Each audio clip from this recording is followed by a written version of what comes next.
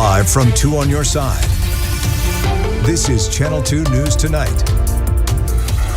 Well, 25%, that is the property tax increase homeowners in the city of Buffalo could be facing after Mayor Sean Ryan made that shocking announcement Thursday afternoon. Good evening, everyone. I'm Scott Levin. And I'm Mary Alice Demler. While Mayor Ryan campaigned on raising taxes, it's becoming clear that no one really knew that he would propose an increase like this, including lawmakers. 2 on your side's Nate Benson has been following city government very closely. Nate, what is the reaction tonight? Scott, Mary Alice, the reaction is all over the map. Shock, awe, disbelief, anger. And as it stands right now, Mayor Ryan does not have Common Council support to pass an increase like this.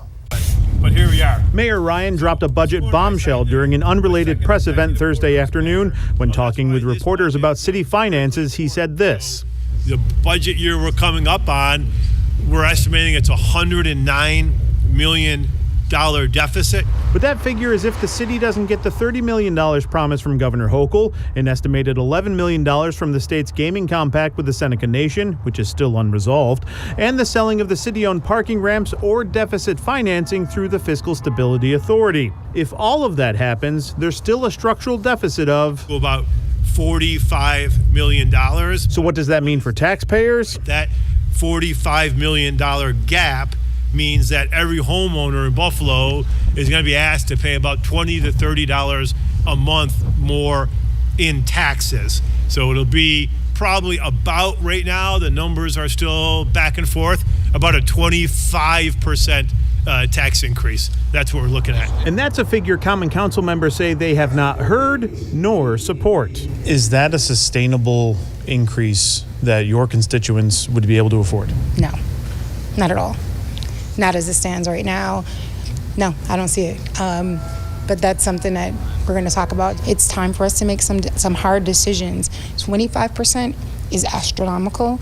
And as I said, right now, it's speculative, so who knows what's going to happen just yet. I'll have to wait till we actually see a budget. I don't know how this is going to shake out, but I know one thing is that I can't support a 25% tax increase. There's no way in the world my residents can afford that.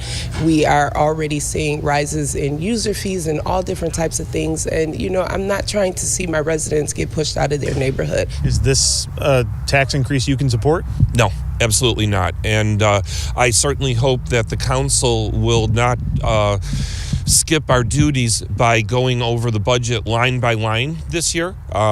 And looking at every single item in the budget and making cuts, finding places where we can make cuts. Based on the conversations that I've had with council members, right now, Mayor Ryan does not have enough votes to pass a budget with a 25% tax increase. No, I wouldn't vote for 25%. And like I said, I was concerned with 15. And look, I represent a district where I have a lot of senior citizens on a fixed income. So their incomes aren't going up, their taxes are going up, gas is going up, utilities are going up, food costs are going up. So it's a lot. However, per the city charter, if budget amendments are not made during a negotiation period between the council and the administration, or if the proposed budget is flat out rejected by the council, then by default, Ryan's proposed budget moves forward as is, even if the council votes against it. Now, Mayor Ryan is expected to formally roll out his budget plan before April 15th. Then the Common Council will add any recommendations and amendments by May 26th, and then it gets adopted potentially by mid-June. So buckle up, folks. This is going to be a very interesting budget season. On your side, Nate Benson, Channel 2 News. Nate, thank you. Well, new tonight at 11, we are working to learn more about an incident on Chippewa Street tonight. This was a scene around 8 o'clock. You can see a heavy police presence near Franklin Street. There was also an ambulance on the scene. We've reached out to city officials for more information and will update you once we learn more. Also new tonight, State Assembly member John Rivera is calling for a hearing on the death of Nurul Amin Shah Alam for more transparency and accountability. Shah Alam was a visually impaired refugee who was previously arrested and charged with assaulting Buffalo police. He was released from jail and dropped off outside of Tim Hortons by Border Patrol. That was back on February 19th. He was reported missing a few days later. In a letter to the Erie County Legislature, Rivera says Shah Alam's death has raised unanswered questions. Rivera says a public hearing should help establish policies and protocols that determine how the sheriff's office interacts with federal immigration authorities. Also new tonight, the Delaware North Company is bringing more employees back to its downtown Buffalo headquarters beginning May 1st. About 425 workers will now be in the office 4 days a week, up from 3 days. That's according to Delaware North's Director of Public Relations. The company's VP of Communications also told our partners at Buffalo Business First that the move will boost collaboration, learning, and productivity. This follows a similar decision by M&T Bank earlier this year, adding a 4th day for many of its employees. Well, today we had a pretty decent day for early spring. I guess you could say we were, what, in the 40s? Yeah, not so bad, and it was relatively dry for the thousands of visitors in town for the tournament tonight. Dan? It was huge, especially considering the weather that we've been dealing with earlier in the week, where we had wind chills around 0 degrees just a couple of days ago. That certainly wasn't the case today. Again, yeah, as Scott Mariels was mentioning, we saw highs low to mid 40s. That's right where we should be for this time of year. We're still picking up very quiet conditions with partly cloudy skies, and that's going to be the case through the overnight. But even as you head out tomorrow morning, by mid-morning, though, this is the weather system that's going to be dropping in, and with it, we are looking at a round of rain showers, especially through the midday hours tomorrow. So take a look at your weather headlines. Again, tonight, quiet and really not all that cold. Temperatures just kind of hovering here in the low to mid 30s. We should be into the 20s. Tomorrow, yeah, we do have a round of some rain showers, especially during the middle of the day. So early and late should be mainly dry. That'll set the stage for a dry Saturday, but we do have some more rain here on Sunday. Of course, I'll time all that rain out for you with Future Link hour by hour in just a little bit. Scott Mariels. President Trump today saying he is not planning on sending any troops inside Iran as his administration defends the war. This comes amid rising gas prices. NBC's Gabe Gutierrez has the latest from Washington. Tonight, President Trump dismissing the possibility of any American boots on the ground inside Iran. No, I'm not putting troops anywhere. If I were, I certainly wouldn't tell you. But I'm not putting troops. He's also confirming the Pentagon's asking Congress for another $200 billion. It's a small price to pay to make sure that we stay tippy-top. That funding request could face skepticism on Capitol Hill as the war's economic impacts ripple across the U.S. Everything's just going up and up and up and up. The average price of gas has climbed about 90 cents a gallon over the last few weeks. I thought it would be worse. Much worse, actually. I thought there was a chance it could be much worse. It's not bad, and it's going to be over with pretty soon. Polls show most Republicans support the president's decision to attack Iran, but clearly some don't, as this voter in Pennsylvania told NBC's John Allen. If you could say something to President Trump and he was going to hear you right now, what would it be? You're a worthless pile of shit. And you voted for him how many times? 3 times. That was my bad. Apparently, I'm an idiot. Still, the administration is defending the war. Treasury Secretary Scott Bessent saying today there have been defections within Iran's leadership, though he did not offer specifics. The regime will probably collapse within itself. During a meeting today with Japan's prime minister in the Oval Office, a Japanese reporter asked the president why he did not give advance warning to allies before attacking Iran. And we didn't tell anybody about it because we wanted surprise. Who knows better about surprise than Japan? Okay? Why didn't you tell me about Pearl Harbor? Okay?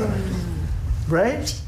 He's asking me. Back here in Western New York, Iranian expatriates are watching every development in the war very closely. Last night, a dozen of them gathered in Williamsville. Many came to the U.S. within only the past couple of years to share concerns about their families back home and how far the war effort might go. The government took over my dad's business and basically auctioned everything that he had in his shop right in front of his eyes. And so he had to start from zero again. They have a shotgun, they have a rifle, they are killing their own people. If they arm with the nuclear bomb, they will be dangerous for all of the world. What media is missing is the last 47 years of torture, disappearance, rape, murders, right, of Iranian people. Many of the expats said because telephone calls are monitored by the Iranian government, it's difficult to get information, but their families remain hopeful that the war will destabilize the government and help bring about regime change. Well, the NFTA is collecting donations now to help TSA employees who have gone a month now without a paycheck. On Tuesday, March 24th, from 8 in the morning to 4 in the afternoon, the NFTA will accept gift card donations worth $20 or less. The gift cards will be given out to TSA workers to help alleviate some of the financial burdens that they may be facing during the partial government shutdown. Donations will be accepted at the west end of the Buffalo-Niagara International Airport in the limousine lot. Well, new tonight, Nexstar Media Group has completed its $6.2 billion acquisition of broadcaster Tegna, including this television station. The Federal Communications Commission and Department of Justice signed off on the acquisition Thursday. In a news release, FCC Chairman Brendan Carr said this deal empowers stations to better serve their communities in the future, saying, quote, "For too long, the FCC stood by while newspapers closed by the dozens in communities all across the country. Those trusted sources of local news and information shuttered while the FCC dithered. If you care about local news, you should care about the future of local broadcast TV stations." The deal was first announced in August of 2025. As part of the agreement, Nexstar must sell 6 television stations in markets across the country to meet regulatory requirements. Coming up on Channel 2 News tonight, local leaders are looking for ways to combat spiking costs, why some communities in Chautauqua County are considering merging their services. Plus, the Seneca Babcock neighborhood is celebrating one of their own for her decades of service to the community.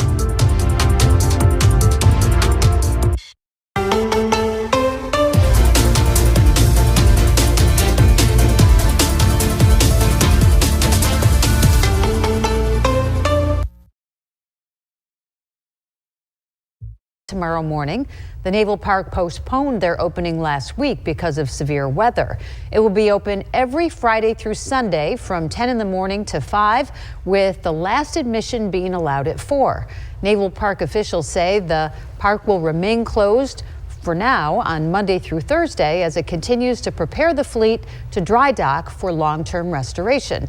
Daily admission is planned to begin in May. Well, changes might eventually come to some local governments in the near future. Communities in Chautauqua County are now discussing how services like tax assessor or animal control can be merged to be more efficient. Channel 2's Ron Plants explains why even these communities could be combined. We've told you about the city of Dunkirk's recent financial woes, from major tax hikes to even alleged theft. And over in the village of Fredonia, continuing water system problems, and again, a major tax rate, along with decreasing population and increasing frustration. So what about a merger of the city and town of Dunkirk and neighboring communities, the village of Fredonia and the town of Pomfret? Any merger possibility would be way down the road and require plenty of research, analysis, public input, and a referendum. But it's being talked about. If, and I say if, the city of Dunkirk decided we'd like to dissolve, how does that happen? How does a city dissolve? What does it do? Does it go from a city to a village? Or can it go to say we dissolve into the town of Dunkirk? This is not County Executive Wendell forcing reductions, collaborations, dissolutions on anybody. When I met, we had a meeting with 4 municipalities in the North County that are most affected financially recently. And I said, this is your decision. However, could some neighboring community residents feel they should not have to take on the financial or other type burdens of places like Dunkirk or Fredonia? Well, they may feel that way. And, I just spoke with one of the community leaders this morning, and they said, in that case, they would have to set up special districts where those individuals would, pay that debt down. Or is there money within state government if we decided to merge that they would absolve the debt? I don't know. The question has to be asked. Someone said this to me already in this group, and they said, it's better to prepare for this and try to plan for it than to have it dumped in your lap when somebody dissolves or the state comes in and say, hey, we need to, something else needs to happen. So I think being proactive is a lot better than being reactive, and it allows them to control their destiny. On your side, Ron Plants, Channel 2 News. Thank you, Ron. Well, we still have a whole lot of visitors in town for March Madness, and they had some decent weather today, albeit a little chilly. I know, but at least it wasn't raining Right. or snowing. Or snowing. So hopefully we can kind of let this trend ride a little bit, Dan. I don't know. Well, the 2 days where we have the games, today and Saturday, that's really some of the nicest weather. Tomorrow, on the other hand, for those that might be hanging around, there's going to be some times where it's going to be a bit of a soaker. In fact, as we start off with our precipitation chances here over the next 7 days, again, look at the scale here. We got some widespread rain that's going to be moving in, especially during the midday hours tomorrow. We're going to be dry early. We're also going to be dry late. But in between, there's going to be a several-hour window of a good soaking there during the middle of the day. But again, we do dry things up for your Saturday. Saturday's going to be a pleasant day. We'll try to squeeze in even a little bit of limited sunshine. It'll be even milder compared to today. Temperatures Saturday well into the 40s to even around 50. But yeah, Sunday, the rain chances ramp right back up. And this is associated with a cold front. In the wake of this, we are going to be cooling off, but we are going to also be fairly quiet here as we head towards the beginning of next week, sometime around Thursday of next week. We have another weather system there that will try to spread in a few more rain showers likely. In the meantime, we still got to get you through the rest of this week. And here is Future Look. Tonight, all quiet. We have partly cloudy skies. Temperatures are just kind of hovering right now, low to mid 30s, and that's where we're going to remain here through the overnights. As you head out tomorrow morning, I stopped this at 8 a.m., whether it's the morning bus stop, heading off to work, all quiet. A gray start today with cloudy skies, but temperatures will also be in the 30s.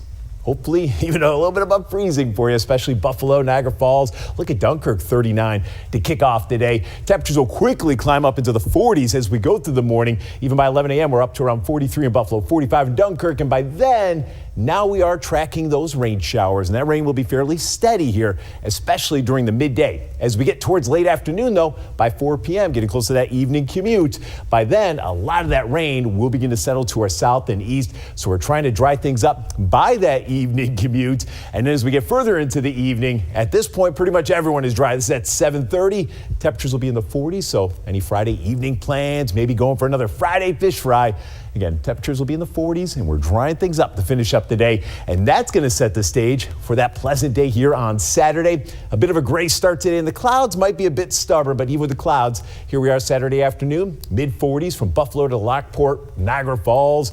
Look at some of the 50s showing up here across the southern tier. So ultimately, definitely the nicer of the 2 weekend days. Pretty decent for any kind of outdoor plans, because look what happens here on Sunday.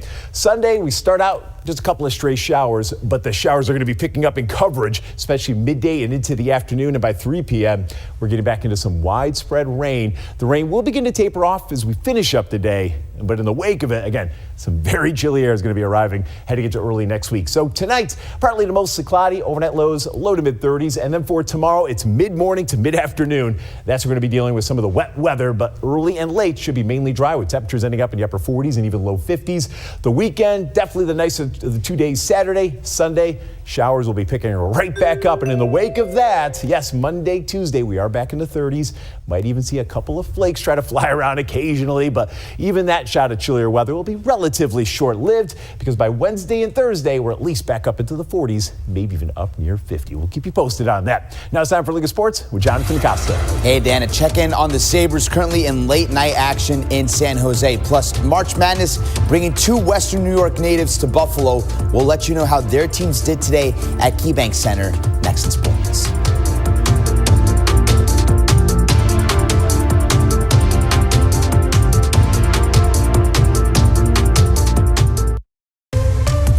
This is the Two on Your Side Great Lakes Building Systems Sports Desk. The Sabres have been excellent away from the familiar ice of KeyBank Center this season. 20, 11, and 3 on the road so far. That including a winning start to their current West Coast trip with a shutout win in Vegas. Tonight, the Sabres taking their show on the road to Northern California. Buffalo paying a visit to Macklin Celebrini and the San Jose Sharks. Alex Lyon helping to keep things scoreless in the first, making 7 saves in the period. Then just a few minutes ago, the Sabres rattling off 3 straight goals to go up 3-0 in the second period. A win tonight for the Sabres would put them back in a tie with Carolina atop the Eastern Conference. Brian Hodgson called this week a full circle moment. The Jamestown native returning to Western New York as the head coach at South Florida, set to make his NCAA tournament debut as a head coach right back in his old stomping grounds. As his 11-seed Bulls took on 6-seed Louisville today, a special moment for Hodgson with his dad, who has dementia, in attendance to watch him coach for the very first time. Much of the game, unfortunately, ugly for USF as they fell behind by 23 and shot just 15% from three. The Bulls made a fierce comeback attempt in the second half, getting to within 2 possessions late in the game, but ultimately USF falling in the first game of the day at KeyBank Center, 83-79. The end result, not what Hodgson had hoped for in his return home. The game and the day, though, still something he'll never forget. To be home in Buffalo, I just grabbed my phone as we walked down the hallway and someone sent me a picture of my mom and dad with a big smile on their face. And just that's something that I'll never be able to repay these young men for because I didn't know if or when that would happen, for my dad to be able to be here and see me in person and how excited he was. Buffalo's a special town. Western New York's a special place, right? The city of good neighbors, and it really is. We felt that today. This community embraced my team, and that means the world to me. I think these opportunities don't come often. One of my assistants said in the locker room, there's guys that coach their entire career and don't make it to the NCAA tournament as a head coach or as an assistant. I got to do that, and I got to do it in my hometown, and that's extremely special. And still a successful season for Hodgson in his first season at South Florida, leading that program to its first NCAA tournament appearance since 2012. A more winning homecoming today for Niagara Falls native Roddy Gale Jr. Gale, a senior guard on 1-seed Michigan, playing for the very first time at KeyBank Center, had a key part of Michigan's opening round win. Gale putting up 14 points on 6 of 7 shooting from the field in 23 minutes as the Wolverines pulled away in the second half from the 16-seed Howard for a 101-80 win. Michigan becoming the first team to score over 100 points in an NCAA tournament game at KeyBank Center. Michigan will take on the winner of this one, the final game of the night at KeyBank Center. 9-seed St. Louis, 8-seed Georgia, and so far it's been all Billikens. The A-10 regular season champs all over the Bulldogs. They were up big at the half and up 57-32 at last look. The second round of games at KeyBank Center will take place on Saturday. That's it for your look at sports. We're back to wrap up Channel 2 News right after this break.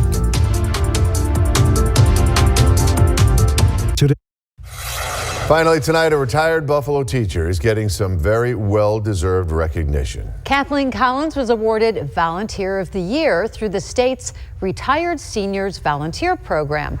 Collins spent nearly 5 decades teaching 6th through 12th grade math and science classes at Western New York schools, including Mount Mercy and St. Francis High School. Now that she's retired, she spends her free time serving and tutoring children at the Seneca Street CDC. Collins said although her time as a paid educator was over, she still had more to teach. We are an extra adult asking, how was your day? How did school go? Do you need anything to go over? Can I help you study for your test? We're that extra adult that will ask, how did you do on that test? And we sincerely want to know. You do it because the kids are here and the kids need it. You don't do it for the pat on the back. Yeah, Collins is going to be sent to the state capitol for a special recognition of her service to the community, along with other recipients from across Western New York. Very nice. That is someone who certainly feels the joy of teaching and just can't stop giving back. We love it. We all remember that one special teacher too, right? Makes all the difference. Makes the whole difference in the classroom. As old as you get, you still remember that person that helped you get through those tough classes. You're right, Jonathan. I think she was a fave for a lot of students, I have a feeling, in her career. Thanks for joining us for Channel 2 News tonight. Jimmy Fallon's coming up next. Melissa, Pete, and Patrick are back on the air with Daybreak starting at 4:30. Have a great night, everybody.